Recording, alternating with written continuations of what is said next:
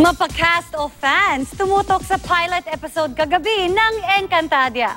Ang Telefantasia pinag-usapan din online at numero 1 pang trending topic sa Twitter worldwide. Makichika kay Aubrey Carampel. Ramdam ang excitement sa Encantadia set nang ipalabas ang pilot episode ng epic Telefantasia kagabi.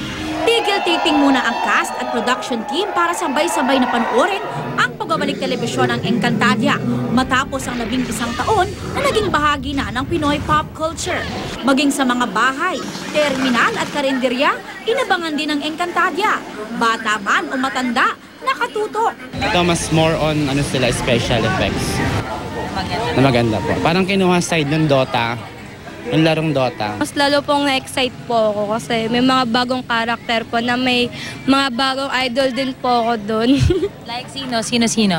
Si Gabby Garcia po. Siya po talagang pinakagusto ko doon. Nag-trending pa nationwide at worldwide ang hashtag Encantadia. Bumuho sa mga papuri sa pina-level up na effects at production ng Telefantasia.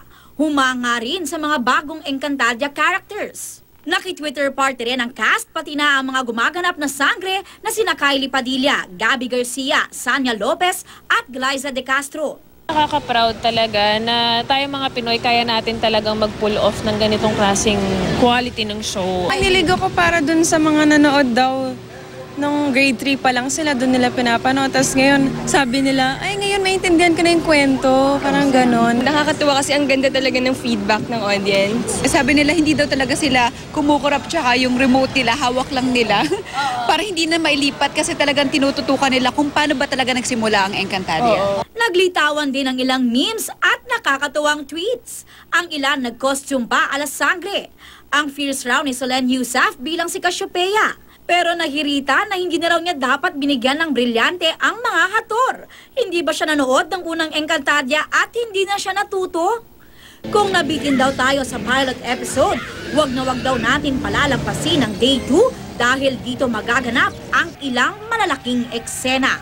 The entire pilot week is really something special, especially yung episode 2, yung epic battle, tsaka yung mga plot point dapat abangan nila. Aubrey Carampel, updated sa Showbiz Happenings.